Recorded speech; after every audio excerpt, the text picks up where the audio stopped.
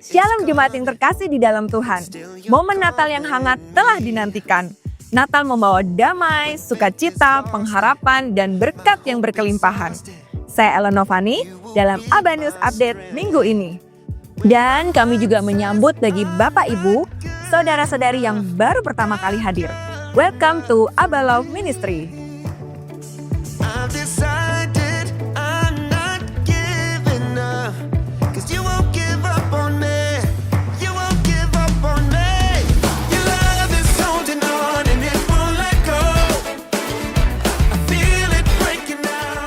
Yuk kita simak beberapa pengumuman penting dalam minggu ini.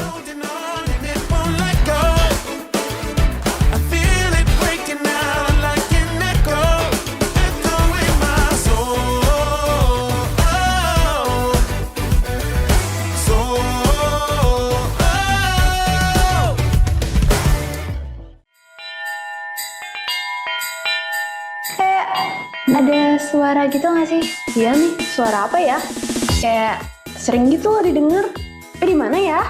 Oh, aku tahu. Apa tuh? Lonceng Natal gak sih, Kak? Iya deh.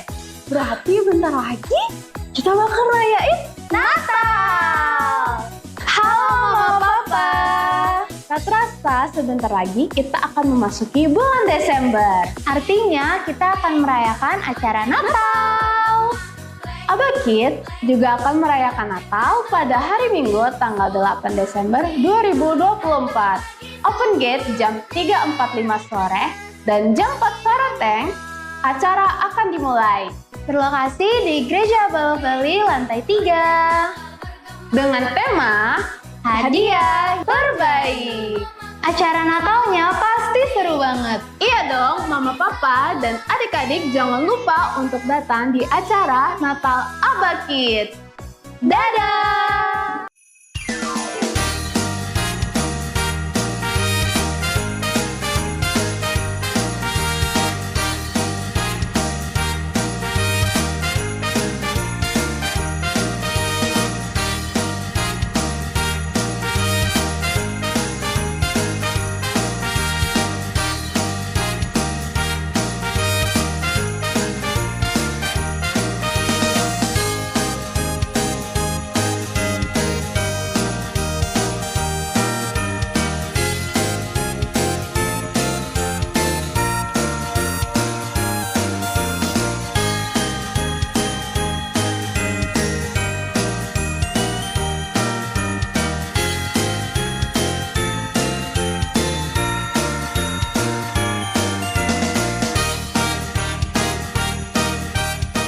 Hadiah yang membawa cinta, hadiah yang memberi kedamaian, hadiah yang menghadirkan kebahagiaan.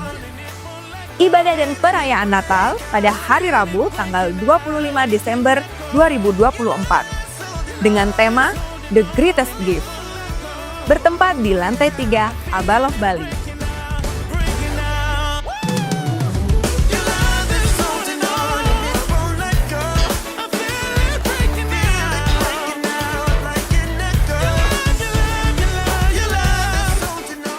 Jemaat dapat memberikan persembahan persepuluhan dan pelayanan di BCA atas nama Beta Sandi Tenggara dan Petrus Aryana, dana misi di BCA atas nama Doni Freddy dan Petrus Aryana, persembahan misi di BNI atas nama Gereja Yesus Kristus Tuhan, atau melalui QR Code berikut ini. Jemaat juga dapat memberikan persembahan melalui kotak yang telah disediakan. Bersukacitalah senantiasa di dalam Tuhan. Demikian Aba News Update dalam minggu ini.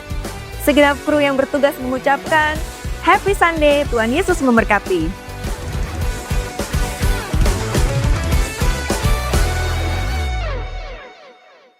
Shalom Bapak Ibu yang dikasihi oleh Tuhan, suatu sukacita saya boleh kembali bertemu dengan Bapak Ibu di hari Minggu yang luar biasa ini dan di bulan Desember. Bapak Ibu, tidak terasa kita akan mengakhiri tahun 2024 dan perjalanan kita selama 1 tahun dari 2024 di awal tahun pemimpin mengambil tema untuk fokus khotbah yaitu berbuah dan bermultiplikasi. di mana berbuah dan bermultiplikasi adalah tema yang diambil oleh pemimpin bagi Jemaat Abaloh Bali. Dan dari berbuah dan bermultiplikasi ini Bapak Ibu, kita diingatkan tentang 4 hal. Yang pertama, bagaimana kita tertanam. Dan itu menjadi fokus khotbah di bulan Februari sampai bulan April, karena awal Januari itu adalah review dari tema besar yang diambil.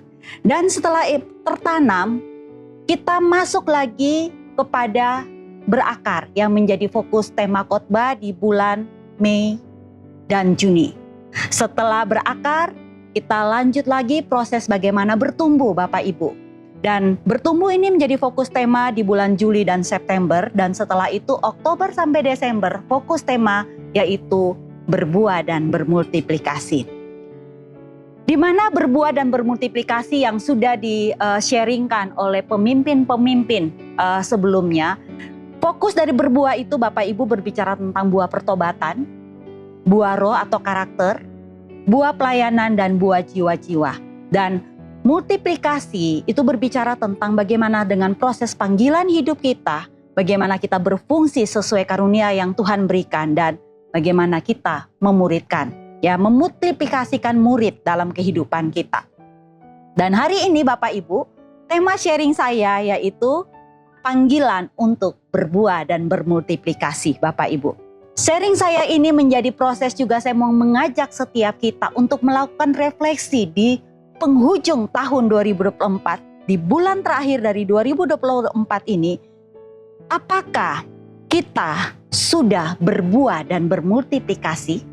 Jika Bapak Ibu mengatakan Bapak Ibu sudah berbuah dan bermultiplikasi, pertanyaan berikutnya, apakah buah yang kita hasilkan adalah buah yang tetap? Apakah buah yang kita hasilkan adalah buah yang terbaik? Atau mungkin kita berbuah, tapi setelah itu kita stagnan Bapak Ibu? Atau mungkin kita berbuah Bapak Ibu, tapi kita tidak bermultiplikasi? Dan kalau Bapak Ibu berkata, saya belum berbuah dan bermultiplikasi, pertanyaannya apa yang menjadi faktor penghalang kita untuk berbuah dan bermultiplikasi? Hari ini Bapak Ibu saya mau sharing tentang faktor yang menjadi penghalang kita untuk berbuah dan bermultiplikasi. Kita bisa belajar dari Lukas 15 ayat 11 sampai 32. Perikopnya tentang perumpamaan anak yang hilang Bapak Ibu, ya. Bapak Ibu pasti sudah sering membaca atau mendengar kisah tentang anak yang hilang, di mana seorang ayah memiliki 2 orang anak, anak sulung dan anak bungsu. Anak bungsu ini berkata kepada ayahnya untuk dia meminta, ya, dia berkata kepada bapak, berikanlah kepadaku harta warisan yang menjadi bagianku.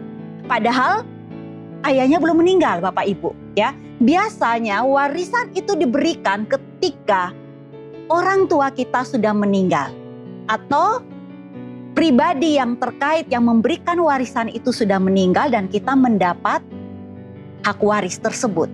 Tapi dari kisah perumpamaan anak yang hilang ini Bapak Ibu, di situ dikatakan bahwa anak bungsu itu meminta bagian warisannya dan ayahnya memberikan, ya, membagikan warisan itu kepada anak sulung dan anak bungsu. Setelah anak bungsu itu menerima warisannya, dia menjual semua hartanya Bapak Ibu.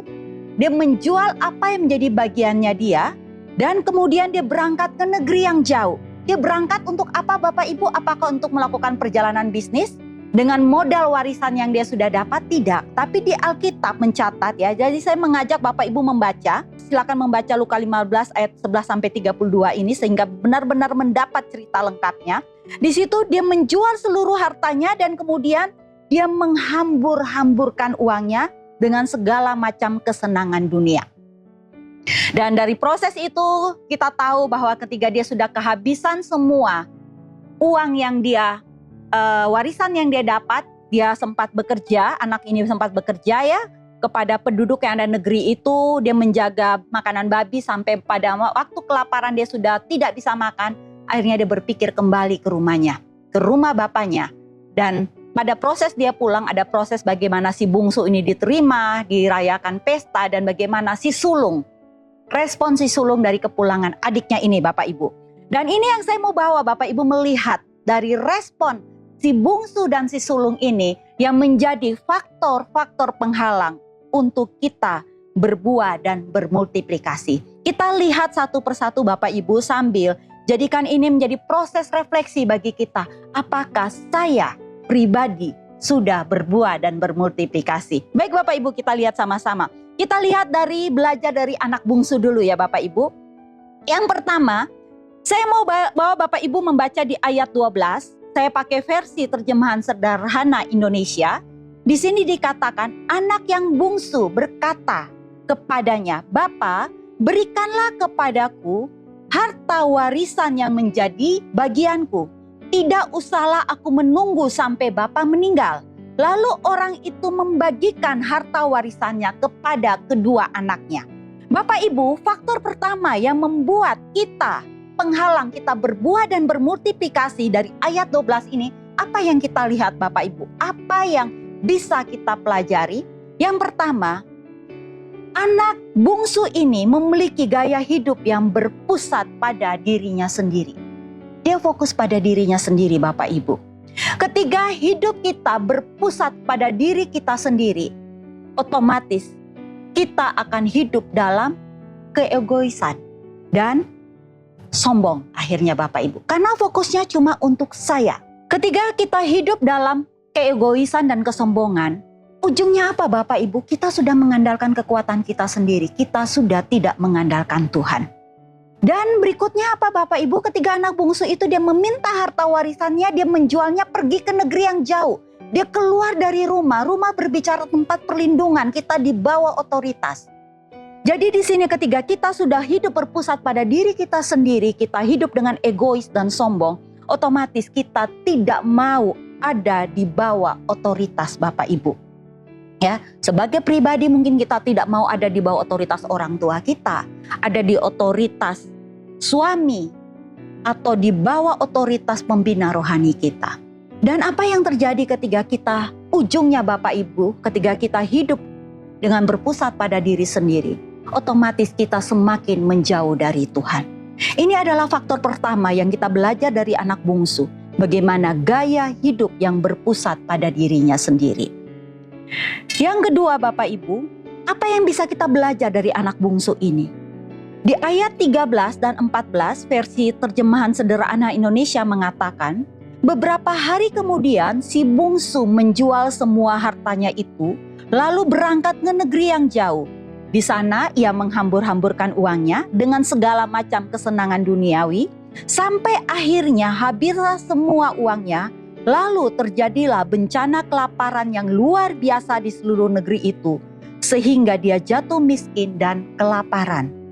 Dari ayat 13-14 ini Bapak Ibu, yang kita bisa lihat pelajari apa? Bagaimana anak bungsu ini tidak menjadi pengelola berkat yang baik. Jadi tidak menjadi pengelola yang baik atas berkat yang Tuhan percayakan. Ketika dia mendapat warisan bagian dari ayahnya, dia tidak setia mengelola berkat.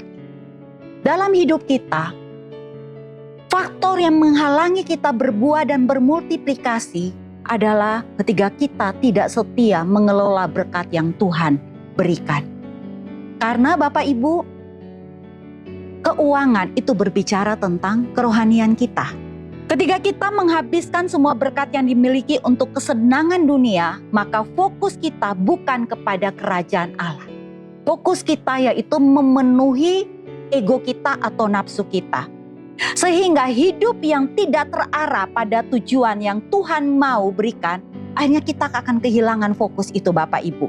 Dan kita akan kehilangan kesempatan untuk kita mengembangkan semua potensi ilahi yang Tuhan percayakan di dalam kehidupan kita. Ya. Hari-hari ini bagaimana dengan berkat yang Tuhan percayakan 1 tahun ini dalam perjalanan kita? Dengan setiap berkat yang Tuhan percayakan dalam hidup kita. Apakah kita sudah ditemui sebagai pengelola yang baik? Apakah setiap berkat yang kita terima, kita menyadari itu adalah sebagian titipan yang Tuhan berikan untuk kita menjadi saluran bagi orang lain?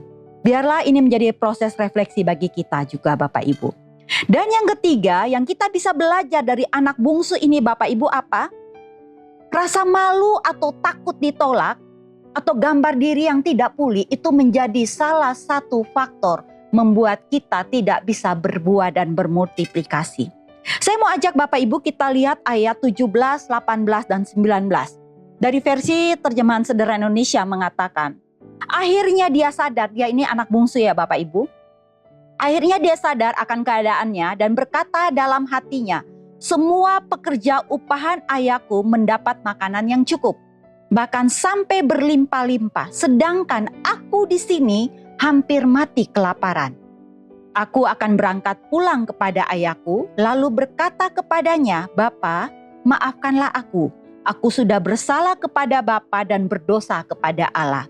Aku tidak pantas lagi disebut anak Bapa. Aku mohon supaya Bapa menerimaku sebagai pekerja upahan saja. Bapak Ibu, dari ayat ini kita belajar bahwa sampai satu titik si bungsu ini sadar. Ya, ketika dia di tengah-tengah keterpurukan, dia sampai makan pun tidak bisa. Akhirnya dia sadar bahwa di rumah bapaknya ada makanan yang melimpah. Bahkan pekerja upahannya bisa makan. Akhirnya dia menyadari kesalahannya untuk dia kembali. Tapi di ayat 19 dikatakan di situ, apa Bapak Ibu? Dia minta kepada bapaknya untuk menerima dia bukan sebagai anak, tetapi sebagai pekerja upahan saja. Di sini yang kita bisa belajar, faktor ketiga itu Bapak Ibu. Bagaimana rasa malu itu, atau takut ditolak itu, atau gambar diri yang tidak pulih, yang kita simpan dalam diri kita dan tidak kita bereskan, itu menjadi faktor penghalang untuk kita berbuah dan bermultiplikasi. Ketika kita menyadari kesalahan kita, tetapi merasa diri kita tidak layak, saya tahu saya salah, tapi merasa diri tidak layak untuk kembali kepada Tuhan, itu menjadi penghalang untuk kita menerima pemulihan atau kasih karunia dari Tuhan. Hidup dalam rasa bersalah Bapak Ibu ya, atau ketidaksadaran akan kasih karunia Tuhan itu cukup buat kita untuk menerima kita kembali. Perasaan tidak layak, perasaan merasa tidak pantas, itu membuat kita tidak bisa menerima pemulihan total dari Tuhan dan mengembangkan setiap potensi yang Tuhan taruh dalam hidup kita. Bapak Ibu, mungkin hari-hari ini kita ada di dalam komunitas. Kita sudah tertanam di dalam komsel, kita setia beribadah. Mungkin kita juga tertanam dalam pemuritan. Tapi kadang-kadang kita membangun rasa ini, perasaan rasa tidak layak, tidak berharga. Sehingga kita tidak berani menerima setiap tanggung jawab yang diberikan dalam hidup kita. Jika itu ada Bapak Ibu, mari kita bereskan. Sehingga kita bisa bertumbuh maksimal dengan potensi yang Tuhan berikan dalam hidup kita. Itu adalah 3 hal yang kita belajar dari anak bungsu Bapak Ibu. Selanjutnya kita lihat dari anak sulung Bapak Ibu. Ya, kita melihat dari faktor anak sulung ini apa yang menjadi faktor penghalang untuk kita berbuah dan bermultiplikasi. Dari anak sulung ini Bapak Ibu, saya mencatat yang pertama merasa tidak dihargai Bapak Ibu. Ya, di ayat 28 versi TSI mengatakan, lalu anak sulung itu sangat marah dan tidak mau masuk ke rumah. Kemudian ayahnya keluar dan membujuk dia supaya masuk. Ini terjadi waktu anak sulung itu pulang dari ladang Bapak Ibu. Waktu pulang dari ladang, dia melihat di rumah itu ada pesta, ada acara. Ya, jadi dia bertanya kepada karyawan-karyawan yang ada di rumah situ, pekerja-pekerja pelayan yang ada di rumah, ya, kenapa ada pesta di rumah? Waktu pelayan itu menjawab bahwa adiknya, ya, si bungsu sudah pulang dan ayahnya meminta untuk memotong sapi yang gemuk, membuat pesta ya, memberikan jubah yang terbaik. Respon dari si sulung ini yang kita lihat Bapak Ibu, ya apa? Marah. Bukan dia bersuka cita dengan kepulangan adiknya yang sudah lama hilang, yang mungkin ayahnya berpikir dia sudah meninggal dan sebagainya. Tapi respon dari si sulung ini adalah marah. Kenapa dia marah Bapak Ibu? Dari ayat 28 ini kita bisa belajar kenapa dia marah. Karena dia merasa dia tidak dihargai. Selama ini dia bersama di rumah bersama ayahnya tidak pernah membuatkan pesta bagi dia. Sedangkan si bungsu yang tanda kutip Bapak Ibu sudah kurang ajar, ya, sudah minta warisannya pergi ke negeri yang jauh, menghamburkan harta ayahnya kembali disambut dengan luar biasa dan dibuatkan pesta. Ketika kita membangun perasaan tidak dihargai Bapak Ibu, fokus kita apa Bapak Ibu? Ego kita terluka. Ketika ego kita sudah terluka, dampaknya apa Bapak Ibu? Yang ada kita marah. Kita iri hati karena kita akan membandingkan diri kita dengan orang lain. Kita merasa kita di posisi korban. Bahkan kita akan marah ketika melihat orang lain diberkati. Hati yang penuh kemarahan dan iri hati Bapak Ibu itu akan menghambat kita untuk bersuka cita atas kehidupan orang lain, mungkin atas berkat yang dia terima, atas pemulihan yang dia terima, atas keberhasilan yang dia terima.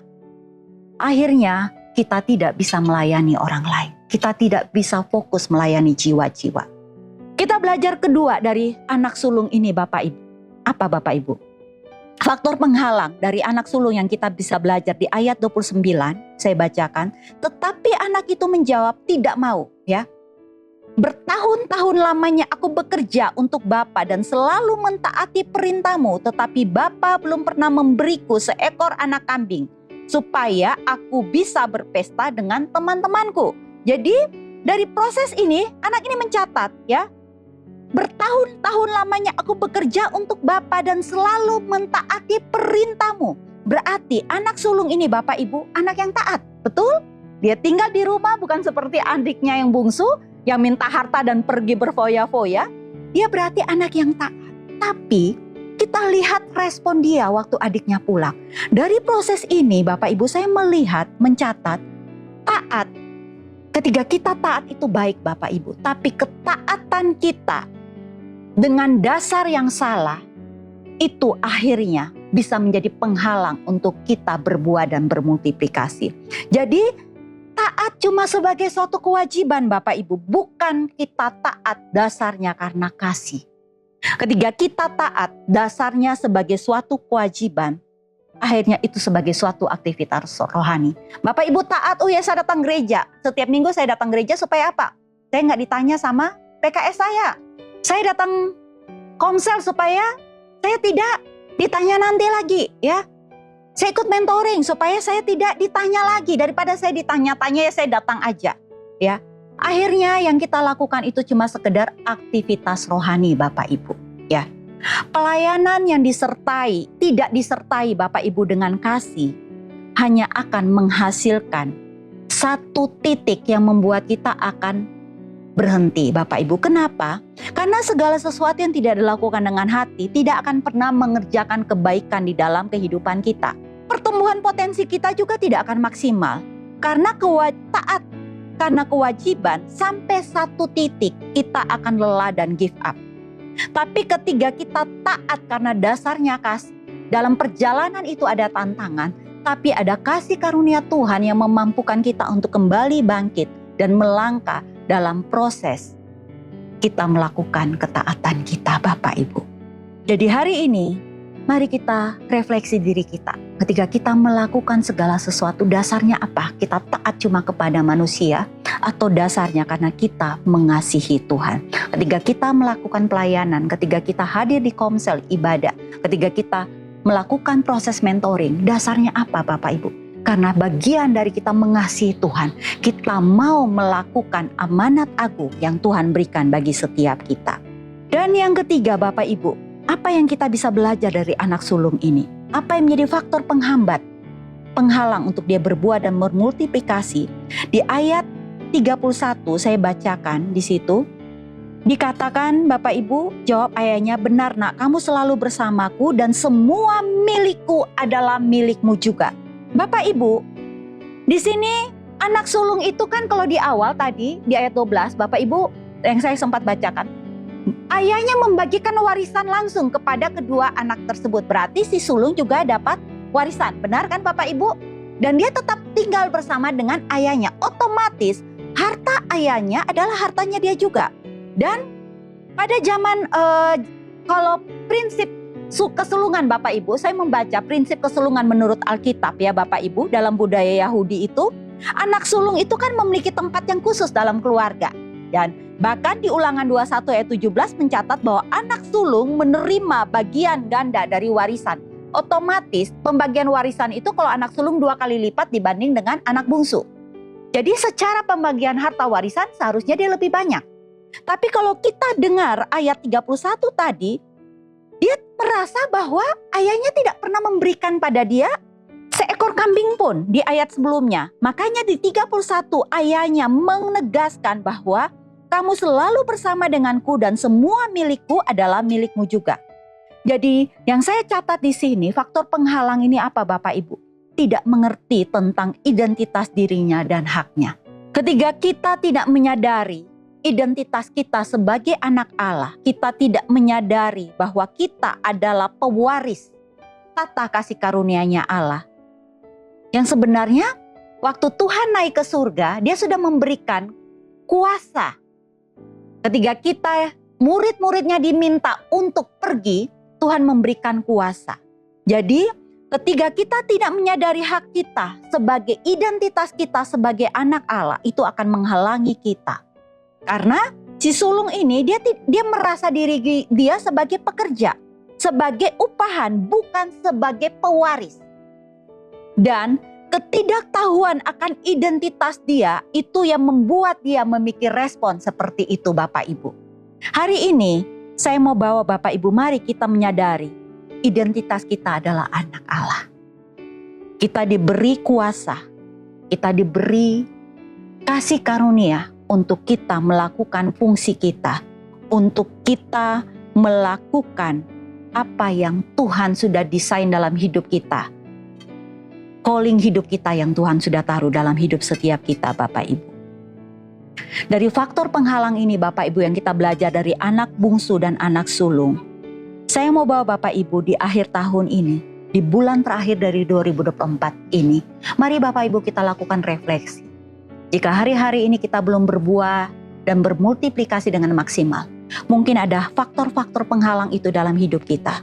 Mari kita ambil waktu untuk kita bereskan semua ini. Bapak Ibu, gambaran Bapa dalam Lukas 15 ini, dalam kisah perumpamaan anak yang hilang, itu adalah hati Bapa kita yang di surga. Hati Bapa selalu mengasihi kita. Hati Bapa selalu menerima kita kembali. Seberapa dalam kita meninggalkan Tuhan, seberapa jauh kita jatuh di dalam dosa, tapi Dia Allah yang selalu menanti kita untuk kembali. Dia Allah yang selalu menerima kita kembali dan selalu mengampuni setiap kita. Biarlah hari ini menjadi proses untuk kita refleksi. Kita periksa hati kita, jika di dalam hati kita mendapati diri kita seperti anak sulung yang kehilangan sukacita. Ketika kita melihat orang lain dipakai Tuhan dengan luar biasa, melihat orang lain diberkati, melihat orang lain hidupnya bisa berkembang talentanya, kita tidak kehilangan sukacita. Ketika kita melihat orang lain bertobat, jiwa-jiwa dimenangkan, kita tidak punya empati itu. Atau mungkin kita seperti anak bungsu, ya, yang pergi jauh, menjauh dari Tuhan hari-hari ini. Kita meninggalkan hubungan kita dengan Tuhan. Mungkin kita fokus dengan kesenangan dunia. Mungkin kita tidak mau ada di bawah otoritas. Tapi hari ini biarlah lewat sharing tentang anak yang hilang ini, kita kembali menemukan apa yang menjadi kondisi pribadi kita, apa yang menjadi kondisi hati kita, dan kita kembali kepada Bapa. Karena hanya di dalam Tuhan kita dapat berbuah dan bermultiplikasi. Dan Allah, Bapa, selalu sedia untuk menerima kita kembali. Selamat mempraktekkan sharing firman ini Bapak Ibu.